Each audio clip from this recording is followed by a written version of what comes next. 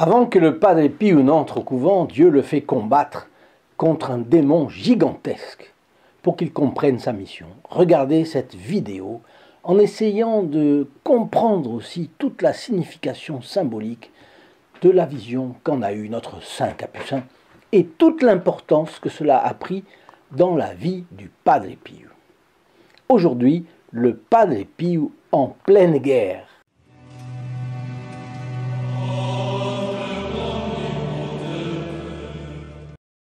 Peu avant son entrée dans la vie religieuse, Dieu a révélé au Padre Pio qu'il l'avait choisi pour une mission très spéciale dans le monde. Laissons-le nous le raconter. Il le fait par humilité en parlant à la troisième personne. On va voir comment cela s'est passé dans le détail. Donc c'est le Padre Pio qui parle. Un jour, alors qu'il méditait, c'est le Padre Pio, sur le problème de sa vocation et sur la manière dont il pourrait se résoudre à faire un adieu définitif au monde et à se consacrer totalement à Dieu, son âme a été saisie au point de voir avec les yeux de son intelligence des objets différents de ceux vus avec les yeux du corps. Il voit à côté de lui un homme à la présence majestueuse, d'une beauté extraordinaire, resplendissant comme le soleil. Cet homme le prend par la main et lui dit « Viens avec moi, car tu dois te battre comme un vaillant guerrier aujourd'hui. » Et il le conduit dans un vaste terrain occupé par une multitude. Deux armées se font face. D'un côté, des hommes au visage magnifique, vêtus de robes blanches, et en vis-à-vis, d'autres aux traits hideux, entièrement vêtus de noir et semblables à des ombres noires. Dans les deux groupes, entre les deux groupes, un grand espace. C'est alors que le guide, le Padre Pio l'appelle le guide, c'est son ange gardien, le place au milieu. Il voit s'approcher un homme d'une stature extraordinaire, si grand qu'il paraît toucher les nuages de son front. Et son visage est très laid. Remarquez la réversibilité entre le bien, le bon et le beau d'un côté, et de l'autre entre le mal, le mauvais et le laid. C'est une chose qu'il faut garder. Le personnage lumineux, le guide, l'avertissant qu'il lui faut affronter ce monstre, Padre Pio, c'est Padre Pio qui, ça veut dire le Padre Pio, il est pris d'une peur indicible. Mais il entend le guide lui dire « Toute résistance serait vaine. Tu dois te battre. Avance vaillamment. Je serai avec toi. Je t'aiderai. Je ne te laisserai pas perdre le combat. Comme prix de la victoire, je te donnerai une couronne splendide. » Bon, le Padre Pio n'avait pas le choix. Donc, il se dispose à combattre. C'est le récit d'une vision arrivée à notre Saint Capucin il y a une centaine d'années. Alors, on pourrait l'envisager, c'est moi qui parle, on pourrait envisager cette vision sous son côté anecdotique. Mais essayons d'aller plus au fond des choses. N'est-ce pas ce qui se passe avec chaque homme? Si on voyait qui nous tente chaque fois que nous allons céder à une tentation, n'est-ce pas ce qui apparaîtrait? Dieu a donné cette vision au Padre Pio pour sa propre gouverne et pour que chacun qui en prend connaissance se garde lui aussi, évidemment. Le diable ne se présente habituellement pas sous ses traits hideux. Il ferait fuir, mais il se présente sous des traits agréables ou au pire anodins. Il veut rendre le péché banal. Et aussi, c'est ce que dit saint Ignace par exemple, avant le péché, il donne l'impression que rien n'est très grave. Et après le péché, il en entraîne à un autre, plus important. Et puis après, il essaye de faire que le pécheur se désespère pour se jeter dans le mal. Alors, au bout du chemin, c'est le laid, c'est le mal, c'est le mauvais, c'est le dégoût, parce que le diable n'a qu'un but, c'est entraîner chaque homme en enfer, où il n'y a que des hurlements et des grincements de dents. Alors c'est salutaire de s'en rappeler. On imagine sans peine combien ce fut effrayant pour le Padre Pio qui n'avait que 16 ans. Et oui, on est en 1er janvier 1903, 16 ans, il a 16 ans. Il va rentrer chez les Capucins, il a 16 ans. Donc, combattre ce géant qui prenait la forme d'un homme. Et, hélas pour le Padre Pio, cela se répétera un nombre incalculable de fois dans sa vie. La Providence a eu ses raisons pour éprouver les âmes privilégiées comme le Padre Pio. Mais qui sait ce qui nous attend, nous? La meilleure façon de savoir lutter le jour venu, c'est d'être fidèle aux 10 commandements de Dieu aujourd'hui, de faire une bonne confession et de se mettre sous la protection du Padre Pio. À ce propos, je vous signale ici en bas, dans la description de cette vidéo, la page dédiée au groupe des protégés du Padre Pio.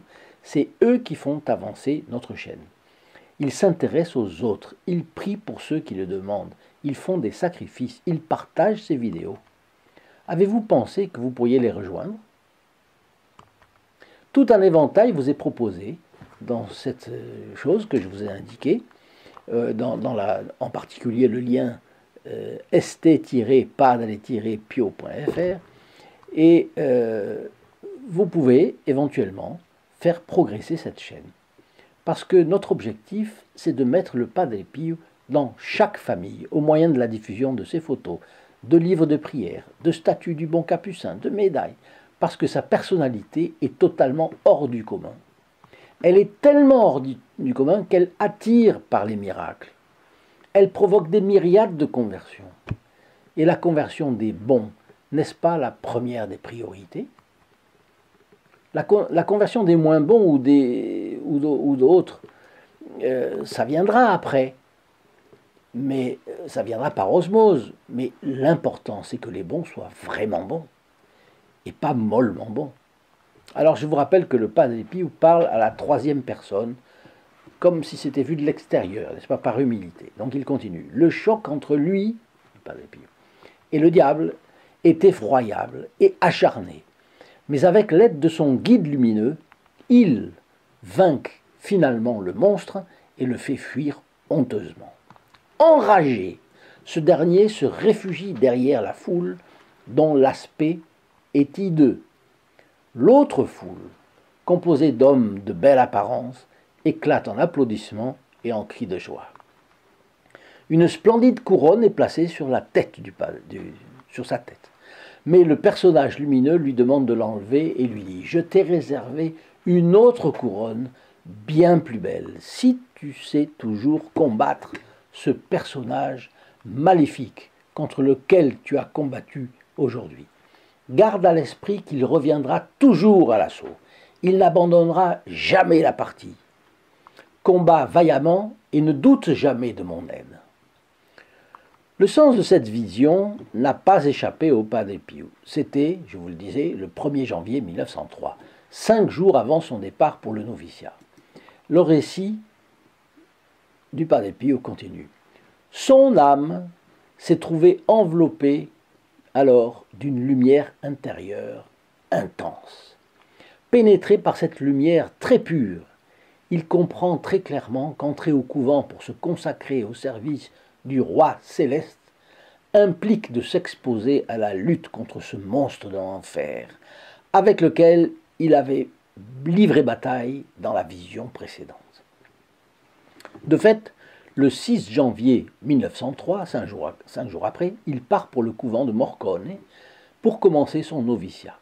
Alors, maintenant, je vais vous lire une prière qui nous vient du père Gabriele Amort. Beaucoup m'ont demandé cela, alors je pense que ça vient bien à point. Le père Gabriele Amort qui a été appelé le chef des exorcistes de Rome, bien que ce ne soit pas une charge officielle. Et il avait une grande dévotion envers le Padre Pio. Ça a été l'exorciste le plus fameux, le plus connu dans le monde entier. Il utilisait la personne du Padre Pio dans ses exorcismes d'ailleurs.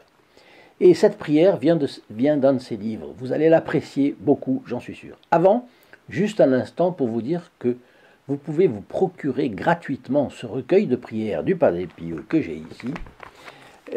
Il vous suffit de téléphoner au 08 05 36 08 47 de 8h30 à 12h30 et de 13h30 à 19h tous les jours, sauf samedi de 9h à midi. Le livre est gratuit pour vous, le port aussi, et cela ne vous coûtera que le prix d'un appel local pour la France et les dom-toms. Si la ligne est occupée, laissez-nous vos coordonnées et nous vous rappellerons. Nous n'avons pas beaucoup de moyens et nous ne disposons que peu de postes téléphoniques pour vous répondre. Merci. Alors, prière contre tout mal. Ce n'est pas un exorcisme au sens canonique du terme, c'est une prière. Et c'est tiré du livre « Délivre-nous du mal » du Père Gabriel Amorth.